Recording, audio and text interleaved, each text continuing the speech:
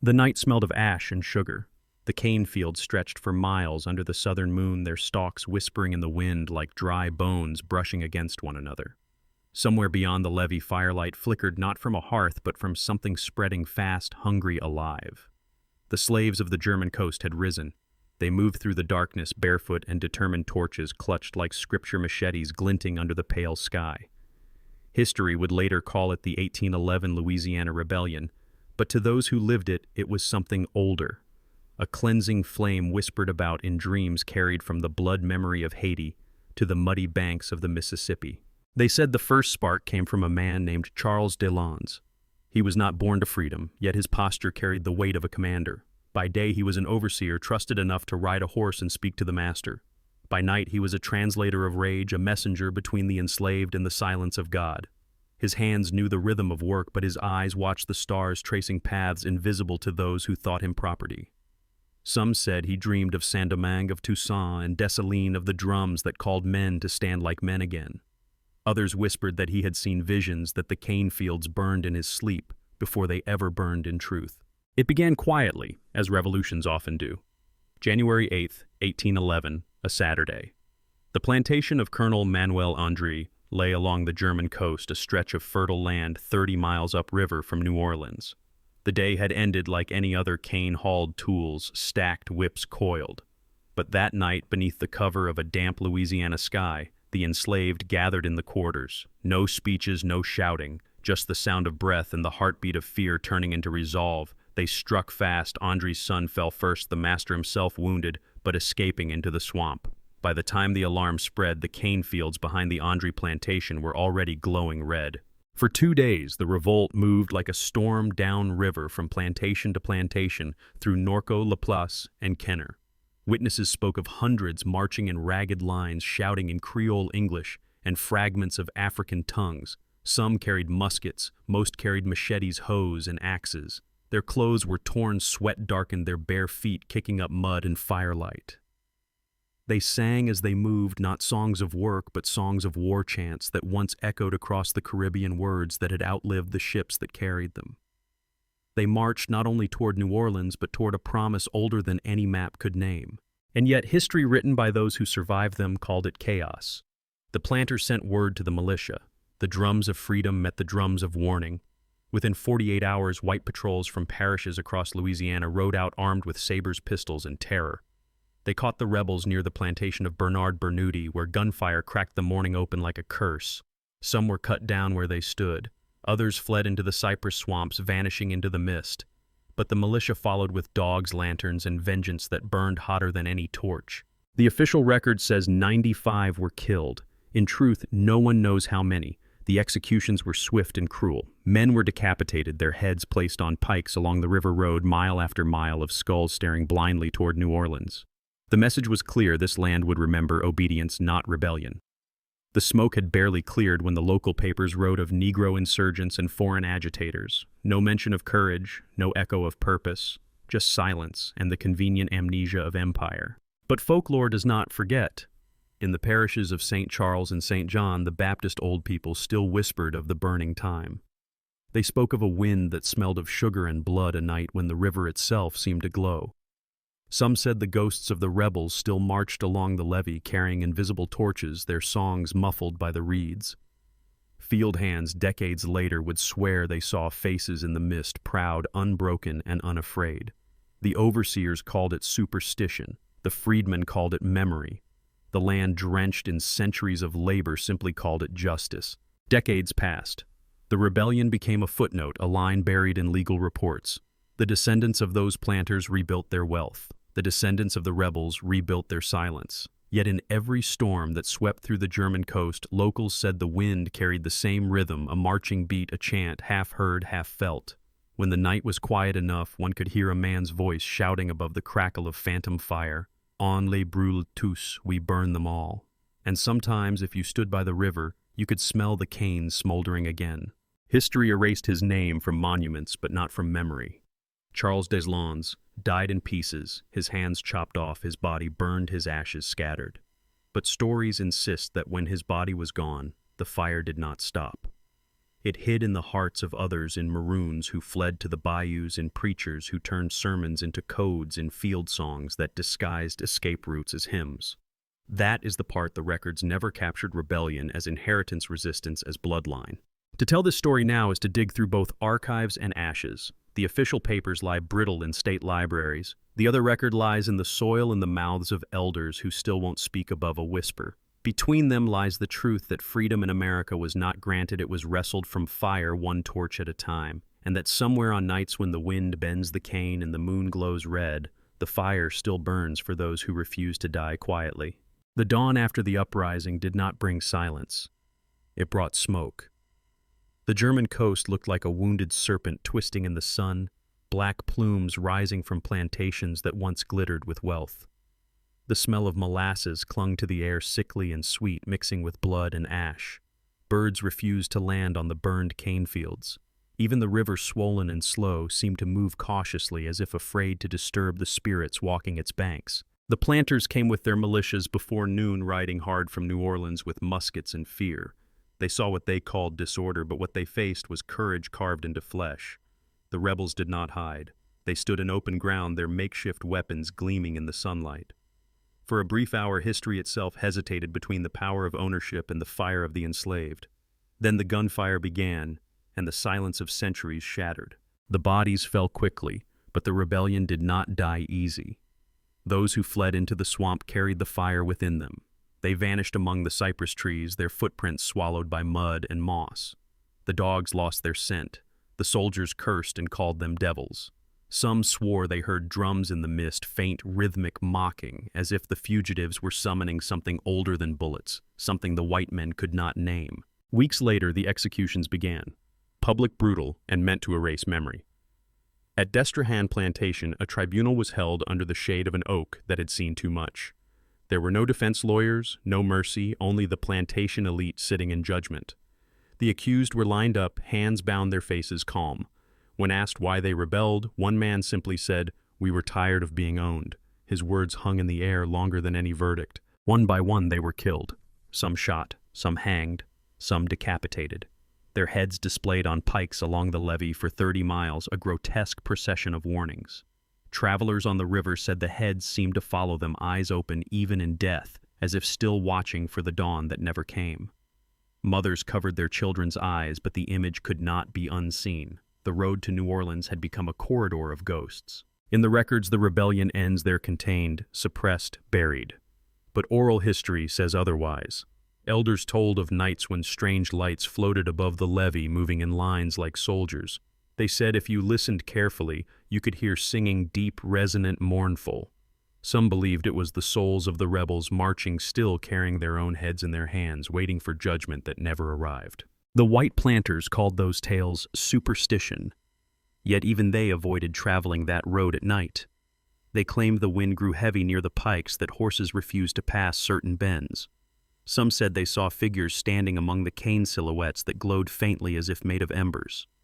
The priests from New Orleans came to bless the fields, but the crosses they planted sank quickly into the soil. The land rejected absolution. In the years that followed, new sugar empires rose where the rebels had fallen. The fields bloomed again, but the soil was restless. Workers whispered that the cane grew too fast, too tall, as if nourished by something deeper than water. Harvesters reported hearing whispers between the rows, voices speaking Creole prayers mixed with African chants. Some dropped their machetes and fled. Others kept cutting, pretending not to hear, pretending not to remember. When the Civil War came half a century later, soldiers from the Union Army marched across the same fields. Some officers recorded strange happenings in their diaries. One entry from 1863 read, "At night, we saw what we thought were lanterns across the river, but they moved against the wind." Another wrote, "The locals say the ghosts of the 1811 insurrection guard these lands. I do not laugh at them." The war had brought new ghosts, but the old ones remained. Fact and folklore tangled like vines. The official archive at Baton Rouge listed the rebellion under Negro insurrections contained minor. But in hidden corners of Louisiana's oral tradition, it became mythic, the night when enslaved men burned their chains even if it cost their lives. Each retelling added new details. A trumpet that sounded before dawn, a woman who led her children through fire unharmed, a river that turned red for 7 days. History became haunted by the truth it tried to silence. Among the freedmen of Reconstruction, the story returned in whispers and songs. Spirituals sung in the cane fields bore hidden meanings weighed in the water children. God's gonna trouble the water. Was it just faith or a memory of crossing rivers under moonlight fleeing the hunt? Teachers in freedmen's schools taught literacy with Bible verses, but between the lines they taught rebellion. Deslondes' name resurfaced in hymns disguised as praise his torch carried in melody. The Deslondes Plantation Tribunal records still exist, brittle fading ink on yellowed paper, each name followed by executed or missing. But between those lines, scholars found something odd: signatures from witnesses who later disappeared from census rolls. One French planter's testimony ended mid-sentence, the rest of the page scorched. Historians dismissed it as candle damage. Locals said it was the work of the restless dead, ensuring their truth would never be sealed by lies. In the 1920s, during the Harlem Renaissance, black intellectuals rediscovered the 1811 rebellion. Writers like Arna Bontemps and Zora Neale Hurston began collecting Southern folk tales. Among them surfaced a recurring legend, the man who burned his master. It was always told in fragments: a man in firelight, a voice saying, "Freedom has no permission," and the smell of sugar turning to smoke. Each retelling pulled the story from shadow back into flame. But for every book published, there was resistance. Southern archives refused access. Newspapers mocked the idea that Louisiana's grandeur had ever trembled. In 1934, a black journalist from New Orleans who tried to document the uprising was found dead in his boarding house. The coroner ruled heart failure. The community called it the fire's revenge. His notebook vanished only to resurface decades later in a private collection, its pages singed around the edges. Folklore deepened into something spiritual. Hoodoo practitioners in the region claimed the uprising marked a rift, a crossroads of blood. They said certain nights in January carried strange energy. Offerings of rum and tobacco appeared near the old levee placed by those who knew the story's power. Some swore that when lightning struck near Destrahan, the flames burned blue, the color of spirits unavenged. Tourists came and went, chasing ghost stories for entertainment, but locals treated the land with quiet respect. No one whistled near the fields after dark. The old sugar mills, now ruins, stood like hollow cathedrals. One caretaker told a researcher, "You can rebuild the house, but you can't bury the scream." His voice broke when he said it. Some truths are not passed down in books, but in the tremble between words. In 2011, 2 centuries after the revolt, artists and historians gathered to reenact the march. They walked the same route, 26 miles from La Place to New Orleans, dressed in linen and cotton, barefoot where possible. The air was heavy with humidity and history. People lined the roads, some crying, some silent. When the procession reached the levee, drums began to beat. It wasn't performance anymore. It was communion between the living and the dead. The reenactment ended, but something lingered. Locals claimed the nights grew quieter afterward, as if the land had been acknowledged at last. Yet some said they still saw faint lights moving across the fields, slow and rhythmic. One old woman, descendant of plantation workers, said, "The fire's not gone. It just learned how to wait." Her eyes reflected the glow of the setting sun, or maybe something older still burning in the distance. What America calls a revolt was in truth a declaration, a manifesto written in smoke.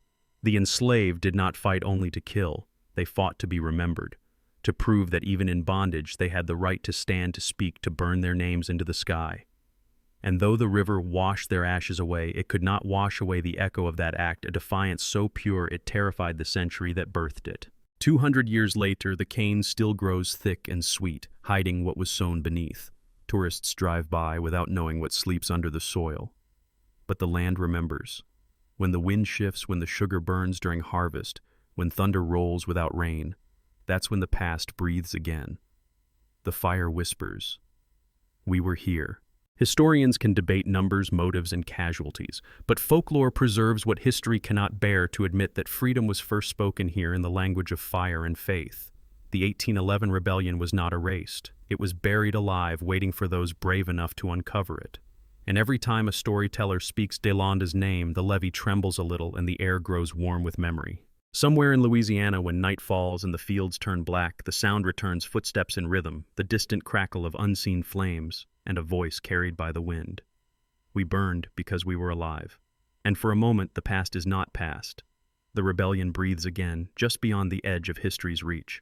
The story of the 1811 rebellion did not die with the flames it sank into paper, deep inside courthouses, sugar company ledgers, and forgotten archives. The rebellion's pulse still beats, faintly smothered under layers of ink and silence. Some files were mislabeled, others lost in transit, others simply removed.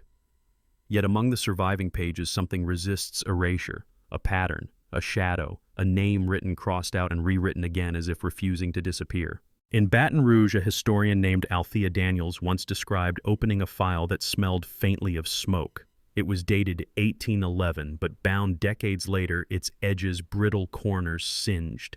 Inside, she found fragments of plantation records, payrolls, punishment logs, a list of recovered property. At the bottom of one page, faint pencil marks spelled Charles D. before ending abruptly. The handwriting trembled as if the clerk had flinched mid-word. Fact or superstition? The border between them blurs.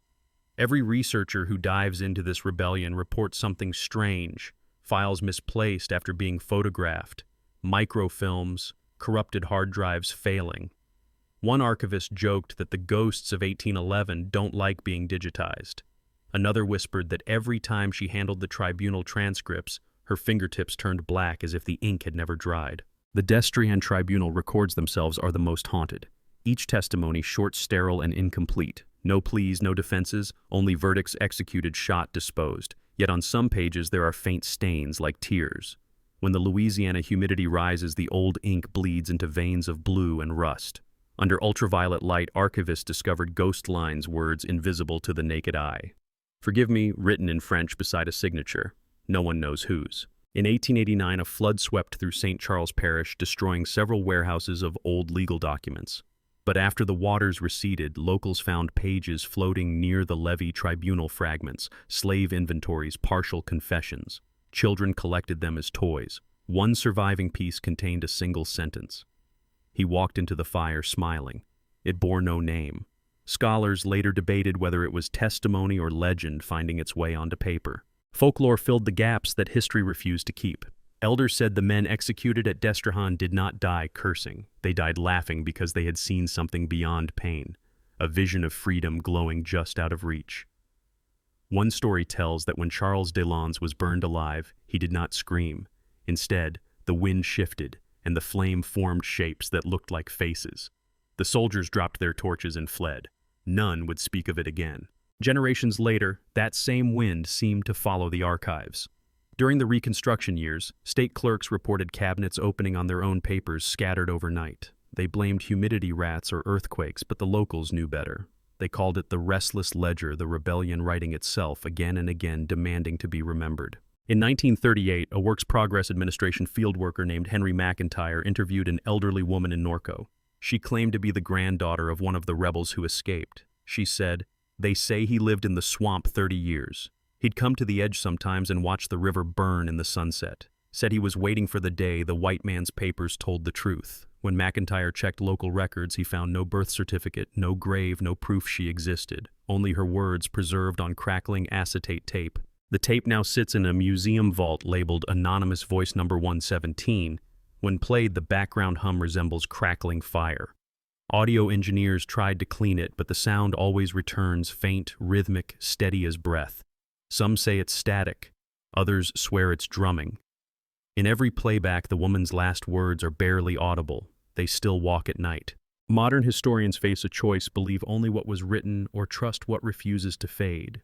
The official line claims fewer than 100 rebels. But oral histories speak of hundreds more bodies buried under the levee, unmarked graves beside the river. When ground-penetrating radar was used in 2010 near Deslondes, anomalies appeared, human-sized voids beneath the sugar fields. The plantation owners declined excavation.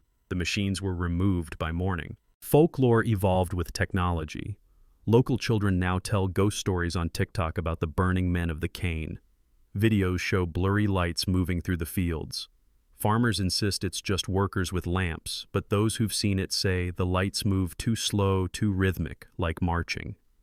Every January, the view count spikes, the digital ghost of an uprising replaying itself in pixels. The academic world once dismissed these hauntings, but in the past decade, a new wave of scholars began calling them archival hauntologies. The idea that some events are so violently erased they refuse to stay gone, resurfacing as whispers, data glitches, déjà vu. One professor wrote, "The rebellion is not past. It is unfinished paperwork." Her students reported their printers jamming every time they tried to submit essays on 1811. The Louisiana State Museum holds a glass case labeled "Objects from the German Coast." Inside lie rusted shackles, a bent musket, and a fragment of scorched fabric believed to be from Deslondes' coat. But the plaque beneath it simply reads, "Unknown owner, circa 1810. Visitors pause, sensing the irony. The museum preserves the tools of enslavement, but not the names of those who fought against them. Fact layer bleeds into folklore again. There is a story told by riverboat pilots that sometimes when fog rolls over the Mississippi, figures appear along the bank walking in pairs, each carrying something heavy in their arms. The pilots say you can't look directly. If you do, they vanish. But if you glance from the corner of your eye, you'll see them turn and march north where the city once refused to hear them. The few surviving letters from planters after the revolt show unease, almost guilt. One reads, "I dream each night of faces in the flame. The wind smells of sugar and death. The man who wrote it later drowned in his own well. Locals whispered that he heard footsteps on his roof before the fall. His widow burned the letter, but a copy remained in a clerk's notebook, preserved by accident or by design." In 1965, during the Civil Rights Movement, black organizers in Louisiana invoked the 1811 rebels as ancestral predecessors. They marched through St. John Parish chanting, "We remember the fire." Police reports from that day mention unexplained electrical surges, traffic lights flickering, loudspeakers, failing photographs blurring. One journalist wrote, "It was as if the air itself resisted documentation." Folklore says that when people chant the old names, the air changes temperature. That day in 65, one marcher claimed she saw a shadow beside her tall, barefoot head wrapped in cloth. She turned to look. No one was there, but the asphalt beneath her shoes was warm as though it had just been kissed by flame. The 1811 uprising survives not only through remembrance but through erasure itself. Every document missing becomes a monument. Every silence becomes a verse. Scholars once thought absence was failure. Now they call it proof that some histories are too powerful to stay buried quietly. Like cane fire suppression only spreads it further underground, waiting for wind. In the end, the archives are not haunted by ghosts, they are the ghosts. Each missing file, each smudged line, each anonymous voice recorded on damaged tape, all fragments of the same spirit, refusing rest. The rebellion no longer lives in books, but in the persistence of those who keep searching, who keep opening drawers that should have stayed closed. When the lights dim in the Louisiana archives and the air turns thick with humidity, some say you can still smell molasses and ash. The janitors whisper that the cabinets creak in rhythm, soft, deliberate, like footsteps. They never stay long after midnight. And in the silence, one can almost hear a whisper beneath the hum of old machines. "Write it down right this time." 2 centuries later, America still struggles to name this story. Some call it rebellion, others call it tragedy. But those who listen closely know it was something purer, a fire that refused to fade. The archives hold the evidence, the folklore holds the truth, and between them burns the line that no historian can cross without feeling heat. The buried records still call out not for pity but for witness. Every time someone speaks Deslondes' name, the paper trembles. The ink darkens, and the ghosts turn their faces toward the living once more, waiting for history to finally look back and see them not as shadows, but as men who once burned their masters, and for one brief blinding moment, set the night on fire. Time, they say, buries everything. But the land of Louisiana disagrees. Beneath the cane and the levees, beneath the asphalt and the neon glow of modern highways, the earth still murmurs with heat. Every harvest, when the planters burn the cane fields to clear the stalks, the sky turns the same orange as it did in 1811. Locals say the smoke smells different here, sweet and sorrowful, like memory catching fire again. In the small town of Laplace, people have learned not to speak of the rebellion at night. The elders claim the fire listens. They close their windows when the wind shifts from the south, and they avoid the levee after sunset. Yet on humid nights, when the cicadas quiet and the air turns heavy, a faint drumming sometimes rises from nowhere, low, steady, like the heartbeat of a story refusing to die.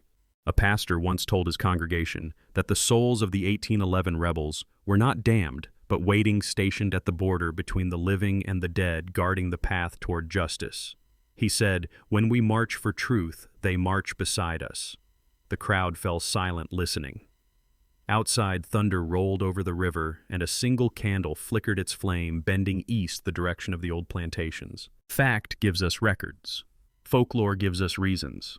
Historians explain uprisings with economics, politics, power. But folklore knows emotion, the heat under the skin, the tremor in the breath before defiance. In the stories passed through generations, the rebellion was not merely a moment, it was an awakening. A reminder that even enslaved men bound in iron carried an empire's nightmare in their hearts. Every January around the anniversary of the revolt, the levee seems to breathe differently. The fog that drifts off the Mississippi comes thicker, denser, like ghost smoke. Farmers claim the cane rustles even when the air is still. One man said he saw footprints appear in the damp soil, then vanish a few feet later, as if the earth itself remembered the march and replayed it in silence. In New Orleans, at a small museum hidden behind a cafe, an artist named Marcellus paints portraits of the nameless rebels. He uses ashes from burnt sugarcane mixed with oil and blood-red pigment. Each face he paints looks both human and spectral, their eyes knowing their mouths closed as if holding secrets they dare not speak. When asked why he paints them, Marcellus said softly, "Because they're still looking for witnesses." Across the river, school children learn about the Louisiana Purchase, about cotton and trade, about the grand homes of the German coast, but not about the men who set those homes ablaze. One teacher tried to add it to her curriculum. Her principal told her to remove it, saying it might disturb parents. She replied, "History should disturb us." The next year she left the parish and moved north, carrying photocopies of tribunal records with her like relics. The descendants of those who owned the plantations rarely speak of the rebellion, yet some feel its weight. A woman named Elise Duval, whose ancestors sat on the tribunal that condemned the rebels, confessed in a recorded interview that her family kept one of the pikes used to display heads hidden in their barn wrapped in cloth. "It hums when storms come," she whispered. "It shouldn't, but it does." In folklore, objects remember what people forget. A plow carries the rhythm of the whip. A song carries the breath of someone who could not write. The land carries everything else, every shout, every tear, every drop of sweat turned into rain. And in Louisiana, that memory is loudest where the sugarcane grows thickest. When the wind blows across the fields, it doesn't sound like rustling leaves. It sounds like chanting. A young historian once asked a local griot, an old storyteller, why these tales persist when the facts are known. The man smiled, showing teeth like polished bone. "Facts die in libraries," he said. "Stories live in mouths." Then he leaned closer. "And mouths don't burn as easy as paper." The historian never forgot that line. Years later, when he published his book, he used it as the dedication. Even modern science cannot resist the pull of legend. In 2021, a team of geologists studied unusual heat signatures near the old Deslondes plantation. The readings were faint but consistent, narrow streaks of warmth running parallel to the levee, as if something below the surface was still smoldering. The scientists blamed decomposing organic matter. The locals smiled knowingly. "It's the old fire," they said. "It sleeps, not dies." Meanwhile, in churches and community centers, poets and musicians continue to resurrect the story. Jazz trumpeters play haunting refrains called Deslondes' Lament. Gospel choirs hum hymns that start with praise but end in battle cries, each verse a coded remembrance. We burned, but we are not gone. The harmony rises and falls like a march through time, voices layered over echoes. Folklore tells that when a person dies unjustly, their spirit lingers until their name is spoken aloud by the living. If that's true, then the 1811 rebellion has become an immortal choir, each name resurrected by repetition. Every time someone says Charles Deslondes, the fire flickers in the dark. Every time a child asks, why did they rise, the cane trembles and history takes a breath. There are recordings, rare and strange, made by field researchers in the 1970s. They captured ambient sound in St. John Parish, nothing visible, just wind and frogs and distant machinery. But in the playback, faint patterns emerge, rhythmic thumps measured like footsteps. Sound analysts dismissed it as interference. The elders called it something else, the march that never ended. As the decades rolled forward, the rebellion found new voices in unexpected places. Hip-hop artists sampled the sounds of burning cane, blending them with chains rattling like percussion. Spoken word poets invoked Deslondes as a prophet of resistance. One viral poem ended with the line, "He lit the fire, we keep it fed." The rhythm of rebellion, once silenced by muskets, now moved through speakers and screens unstoppable. But with revival comes reckoning. Not everyone wants the past to speak. When activists proposed a memorial monument along the river road, certain local officials refused. One said, "We don't want to glorify violence." A descendant of the rebels replied, "We're not glorifying violence, we're recognizing courage." The debate continues, each argument another spark in a long, unfinished fire. Yet even without monuments, the rebellion's memory refuses invisibility. It lives in the way locals pause before crossing the fields at dusk, in the way preachers lower their tone when the air grows still, in the way mothers hush their children when thunder cracks, not out of fear but respect. The dead here are not gone. They are present, watching, listening. Some nights, fishermen on the Mississippi tell of hearing singing upriver. They anchor their boats and wait, thinking it's a festival. But no lights appear, only the faint shimmer of mist in a chorus too far to place. One man recorded it once. The tape begins with silence, then faint harmonies rising from nowhere, ending abruptly as if swallowed by the wind. The audio's timestamp reads exactly January 8th. The living keep looking for proof, the dead keep leaving evidence. Maybe that's the truest legacy, not bones or ashes, but persistence. The rebellion endures not because it was written down, but because it refuses to be forgotten. Every field burned for harvest, every candle lit in remembrance, every child who learns the truth keeps the circle unbroken. The fire has changed forms, from torches to songs, from machetes to microphones, from blood to art.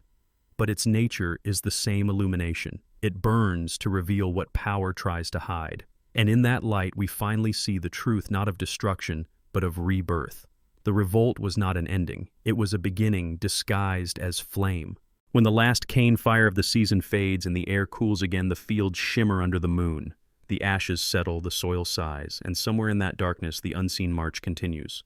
The same rhythm, the same will, the same whisper. We burned, but we were never destroyed. And so every January, when the wind turns hot and the sugar burns sweet, the ghosts of 1811 rise once more, not to haunt, but to remind. They stand at the edge of the fields, watching as the living light their small fires of remembrance. And when the flames flicker high enough, the night answers back with the sound of footsteps, the scent of smoke, and the echo of freedom carried on the wind. History moves in circles, not lines. The fire that began in the cane fields of 1811 didn't die, it reincarnated. It flickered through centuries of struggle, through movements and marches, through music and breath. What began as rebellion became rhythm. What began in fire became voice. And even when America forgot the names of the men who burned their masters, their defiance remained in the marrow of a nation still learning how to face itself. The descendants of the 1811 rebels walk among us, though many don't know their lineage. Some are teachers, some are laborers, some are poets who feel the heat of history in their chests. In their dreams, they stand in fields lit by orange glow and hear the same drumming that once carried their ancestors into revolt. When they wake, they write songs. They speak truth. They keep marching, not with torches, but with words. In the 20th century, during the long rise of the civil rights era, the rebellion's echo found a new tempo. In Montgomery, in Birmingham, in Selma, the air was thick again, with smoke not from fire this time, but from tear gas and burning resolve. And just like 1811, the powerful called it chaos. But beneath the chants and clashes, you could hear the same heartbeat, the rhythm of people who refused to stay silent, even if it meant being erased again. Folklore insists that spirits guide those who fight for freedom. Marchers in the 1960s spoke of feeling hands on their shoulders when they faltered whispers saying, "Keep walking."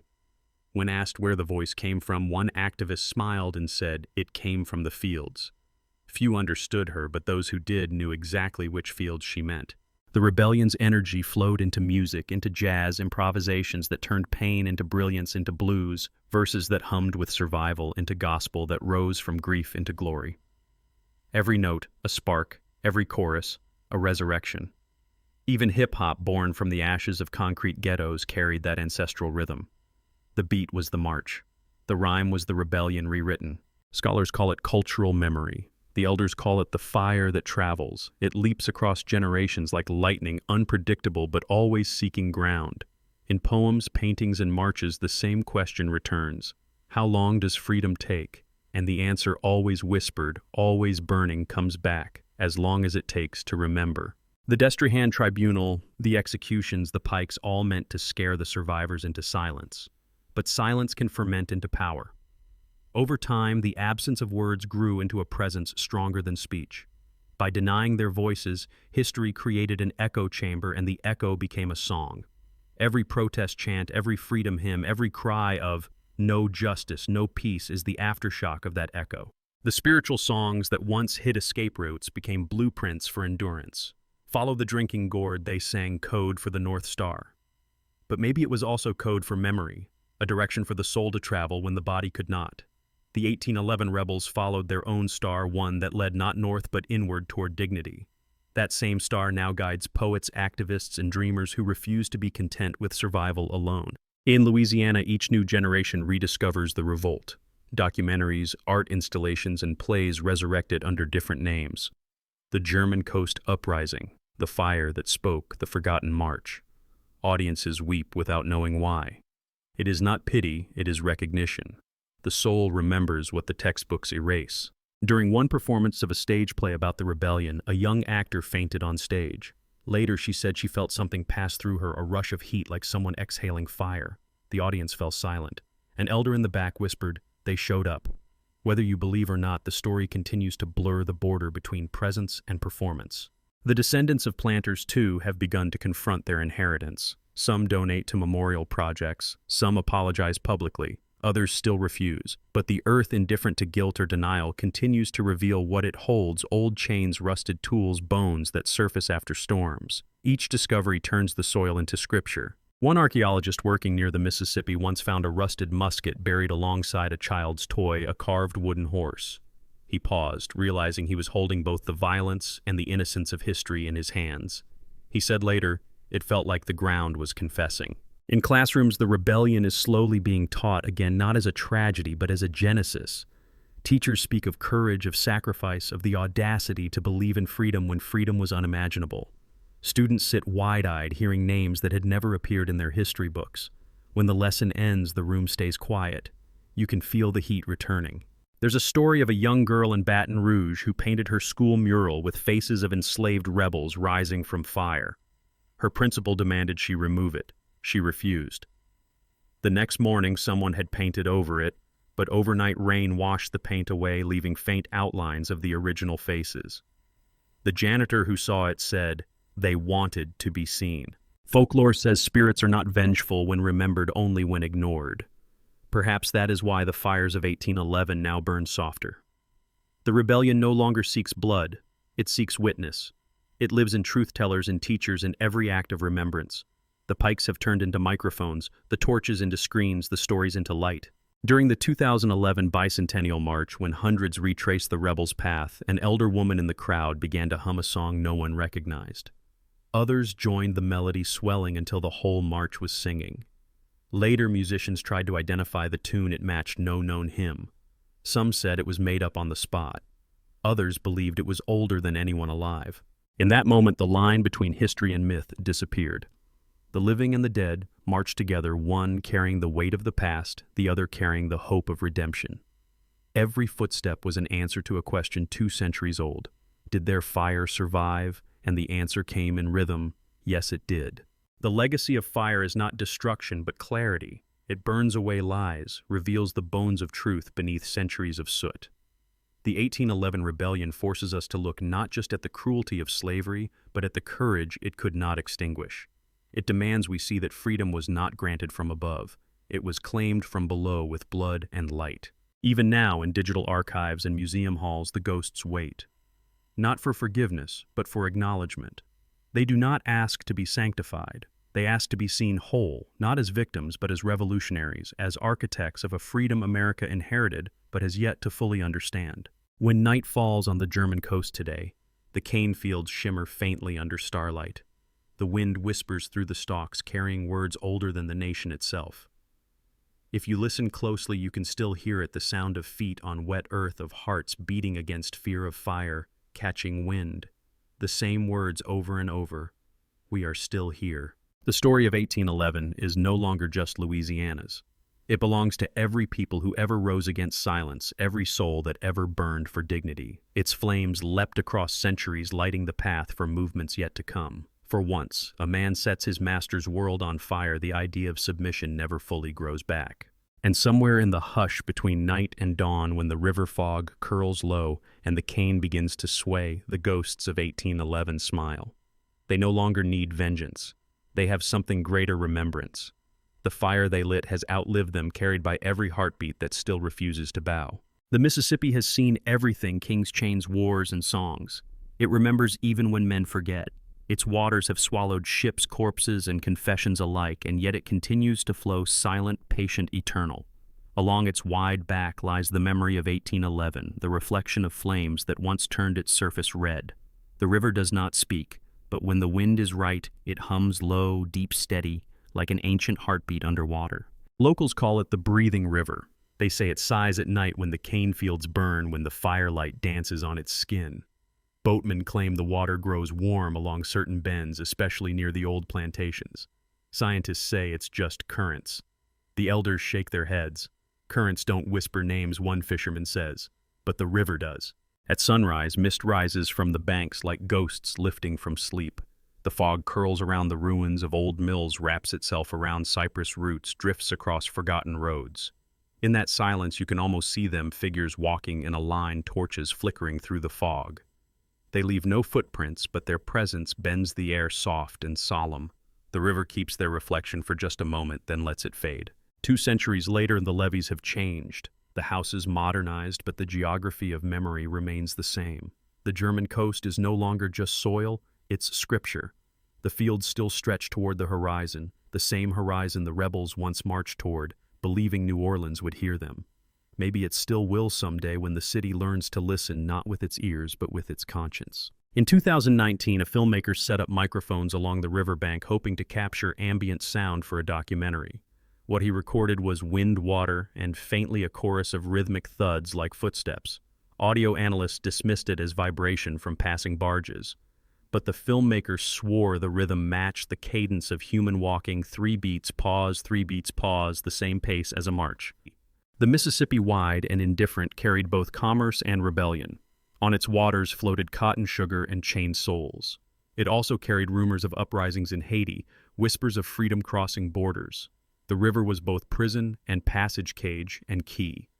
In the current's murmur, the enslaved heard promise, and the planters heard fear. To both it spoke the same truth: nothing stays contained forever. The rebellion's ashes eventually washed into this river. The fire met the current and became sediment, blending with mud, shell, and bone. Every time the Mississippi floods, it redeposits fragments of the past: charred soil, splinters of burnt wood, pieces of iron.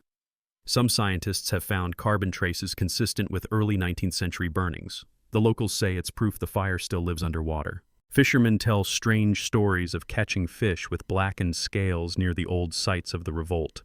They toss them back, quickly muttering prayers. They taste of smoke, one man says. You don't eat memory. No one argues. In Louisiana, even nature carries conscience. Folklore claims the river keeps count, that every injustice adds another ripple. When storms come, it swells with fury, reclaiming what was stolen. Some say Hurricane Katrina was not just weather, but a reckoning, the river rising to remind America of the blood it tried to forget. In the drowned streets of New Orleans, people whispered, "The water remembers." And maybe, just maybe, it does. Scholars resist such talk, but the parallels are hard to ignore. The same levees that held back truth in 1811 broke beneath the weight of neglect in 2005. The same bodies once bound by chains were left floating by bureaucracy. History, like water, repeats itself, and the river, patient as ever, keeps the record without paper or ink. There's an old prayer spoken by boatmen at the start of every journey. Let the river carry only the living today. They don't say it out of superstition, but respect, because everyone knows the Mississippi is crowded not with boats, but with memory. Beneath its calm surface, generations drift: soldiers, slaves, rebels, dreamers. Some still waiting to arrive at freedom's shore. During one dusk patrol, a river warden reported seeing something impossible: a column of faint lights moving along the far bank. He thought it was campers, but when he looked through binoculars, there were no tents, no people, just light moving in perfect rhythm downriver. He followed until the lights reached a bend and vanished, swallowed by mist. The GPS log shows he traveled exactly 26 miles, the same distance the rebels marched in 1811. Fact and folklore converge again like two branches of the same current. One provides direction, the other gives depth. The rebellion's ghosts are not content with haunting, they teach. They remind us that every river of oppression eventually feeds into the sea of resistance, and every drop of blood shed in silence becomes a tide that cannot be turned back. A historian once described the Mississippi as the longest grave in America. But another, a poet, corrected her, "No, it's the longest resurrection, because within its flow lies not death but transformation." The river does not drown memory. It delivers it downstream, carrying it into every generation that drinks its water or walks its banks unaware. The people who live near its shores know this. They leave offerings, bottles of rum flowers, folded letters cast into the current at dawn. Some do it for faith, others for apology. The river accepts both. It swallows everything but never loses it. Each offering joins the unseen cargo of history floating toward the Gulf like prayers turned to salt. At night, when the moon turns silver over the water, the Mississippi reflects the stars, but sometimes old sailors say it reflects fire instead. They claim it's not imagination, but repetition, the river replaying its memory, showing the flames of 1811 again to anyone brave enough to watch. Most look away. A few stay and whisper the only words that feel right. We remember. In the archives of Louisiana, among maps and journals, there's a faded sketch of the river made by a slave named Etienne. He drew it not as geography, but as a serpent swallowing its tail, the symbol of eternity. At the serpent's heart, he wrote one phrase in broken French, "Ce feu ne meurt pas." This fire does not die. 2 centuries later, that line still fits the rhythm of the current. The Mississippi has outlived masters' armies and empires. It has seen empires rise and fall, yet it continues to carry the same story, a rebellion that tried to reach the sea. And maybe that's what freedom really is. Not a rival, but movement. A current that never stops flowing no matter how many dams, lies, or levees try to contain it. When storms roll in and the lightning strikes the water for a split second, the whole river glows white. Fishermen say that's when the past and present touch, when the fire meets the flood and the souls of the 1811 rebels march again across the water, their reflection blazing beneath the storm clouds. As dawn returns, the fog lifts and the river resumes its endless rhythm. Barges move, children laugh, life continues. But somewhere in the depth where sound turns to memory, the river still whispers the old refrain. The words no storm can wash away. We burned, we bled, we live. And if you stand long enough by its banks with your eyes closed and your heart quiet, you might hear it too. The soft chorus of men and women carried by water and wind, still walking, still singing. Their fire became the river's pulse, their defiance, the current that keeps the South alive with its contradictions, its beauty, its ghosts. The Mississippi remembers, and through it so must we, because history like water demands witnesses, and every story forgotten is another flood waiting to rise. The fire that began in Louisiana's cane fields still burns beneath the river's skin, reminding the living that no act of courage ever truly drowns. It only changes form from flame to current, from march to memory, flowing forever toward freedom. 2 centuries have passed since the fire first rose over Louisiana. The plantations are tourist sites now, their gift shops smell of candles, not cane, and the brochures mention architectural heritage more than rebellion. But if you stand long enough among those polished floors, you'll feel it, the air, heavy, thick, as if the house itself remembers screaming. History may try to curate its ghosts, but some spirits refuse polite display. The descendants of the enslaved still live nearby, some working in factories where the cane once grew, others in towns rebuilt over forgotten graves. They carry names altered by census clerks, bloodlines split by record keepers. But something deeper ties them back, a rhythm, a pulse, a knowing. When asked if they've heard of Charles Deslondes, they smile and say, "Heard of him. He's why we're still standing." In the city archives, there's a silence thicker than dust. The rebellion files lie in acid-free boxes, cataloged and contained, but they hum faintly. When opened, the smell of old smoke rising again. Archivists wear gloves to protect the pages, yet the pages need no protection. They protect us from forgetting too easily, from believing comfort is truth. America as a nation was built on stories of liberty told over the bones of those denied it. The 1811 rebellion cracked that myth, if only for a moment.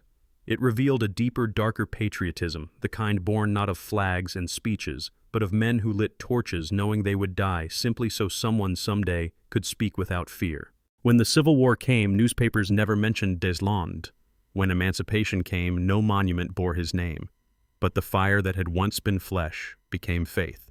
The freedmen who built schools, the sharecroppers who sang in the fields, the poets who turned grief into gospel, all were inheritors of that unrecorded revolution. Folklore says every act of courage creates an echo. Some die quickly, others last forever. The echo of 1811 still rolls across Louisiana. You can hear it in jazz riffs that bend like sorrow and protest, chants that rise like psalms in the soft hum of prayers whispered over generations, the same notes, the same rhythm played on different instruments of resistance. In the late 20th century, a group of teachers in New Orleans created a classroom project called The Fire That Spoke. Their students drew maps of the rebellion's march, colored them with flames. One child wrote beneath her drawing, "He burned because they wouldn't let him live." The teacher kept that paper pinned to her wall for 20 years until the corners yellowed like old cane leaves. Scholars call the 1811 Revolt the largest slave uprising in U.S. history. Folklore calls it the night freedom found its feet. Both are true, but neither complete. The real story lives in the spaces between, in what can't be proven, only felt. The feeling that somewhere deep in the South soil fire still sleeps, waiting for the right moment to rise again. When visitors come to the river today, they bring cameras. They photograph sunsets, steamboats, and silhouettes. None of them know that beneath those waters lie ashes that once dreamed of justice. The Mississippi looks calm, but it carries rebellion like memory, invisible, heavy, constant. The same water that reflected chains now reflects bridges, but beneath it, the current has not changed. The rebellion's lesson is not vengeance, it is vision. To see that courage and cruelty are woven into the same fabric of history, and to decide every generation which thread will pull tighter. The men of 1811 chose flame over fear. Their bodies perished, but their choice endures like oxygen in the lungs of the living. In St. John Parish, every January, a small vigil gathers near the levee. They light candles and sing spirituals that slip between languages, Creole, French, English. One woman always sings the same line, "We are the fire you tried to drown." When the last candle flickers out, the darkness feels warm, not cold, as if the night itself leans closer to listen. There's a boy among those vigils who asks his grandmother each year, "Did we win?" She never answers right away. She just looks out at the water and says, "We're still here, aren't we?" That in its quiet way is victory enough. Survival, loud, proud, unyielding, is its own form of fire. Artists continue to return to this story because it demands retelling. Pain that unspoken turns to poison. Pain that remembered becomes medicine. The 1811 rebellion, once buried under shame, now blooms into art murals, poems, plays, documentaries. Each one another torch handed forward. Each one saying, "Look again. We were not shadows." Historians debate the facts, but artists chase the truth. One sees data, the other feels consequence. Between them lies understanding that Deslondes' rebellion was not failure but prophecy. He burned what enslaved him so the next generation could see by the light. That is what history forgets, and folklore keeps, that fire is both destruction and revelation. Some skeptics still call it myth. They say, no ghosts walk the levees, no whispers ride the wind. But myth is merely history with a soul, and in Louisiana, the soul refuses to sleep.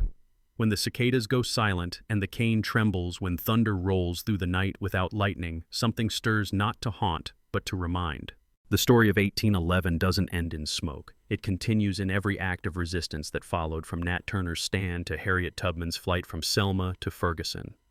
The tools change, the fire remains. Each generation finds its own spark and carries it forward. Every protest chant is a drumbeat echoing across time. In the archive of human endurance, some names are written in ink, others in flame. Charles Deslondes' name belongs to the latter. You can't preserve fire on paper, you can only keep feeding it air. Every retelling, every remembrance, every whisper of his name is breath to embers still alive. The cane fields will bloom again, as they always do. Tourists will come, the sugar will sell, the cycle will repeat. But beneath it all, the ground is layered with something stronger than prophet memory. Every harvest, as smoke curls toward the same sky, a silent salute rises with it, for those who dared to set the world alight rather than live forever in darkness. The Mississippi keeps flowing. The wind keeps carrying songs, the fire keeps sleeping beneath the soil. The world moves on, but echoes remain. And sometimes when the night is still enough, the living and the dead share the same breath just long enough for the story to begin again. You've just heard a file from a history that never truly closed. The narrator's voice softens, almost reverent. The story of the fire that America tried to erase and the people who refused to let it die. The music rises slow, drums low hum, a single voice singing through static. We were here. The screen fades to black, but in the darkness the sound lingers, not sorrow, not fear, but endurance. The sound of footsteps marching on dirt, of hearts that will not quiet, of flames that will not bow to time. The story does not end. It keeps walking. And as the final note fades, one truth remains: that freedom once set alight cannot be forgotten. It flickers in every act of defiance, every breath of remembrance, every whisper carried by the wind. The rebellion is not past, it is present. It lives where courage and memory meet. It lives in fire, in river, in voice, and in us.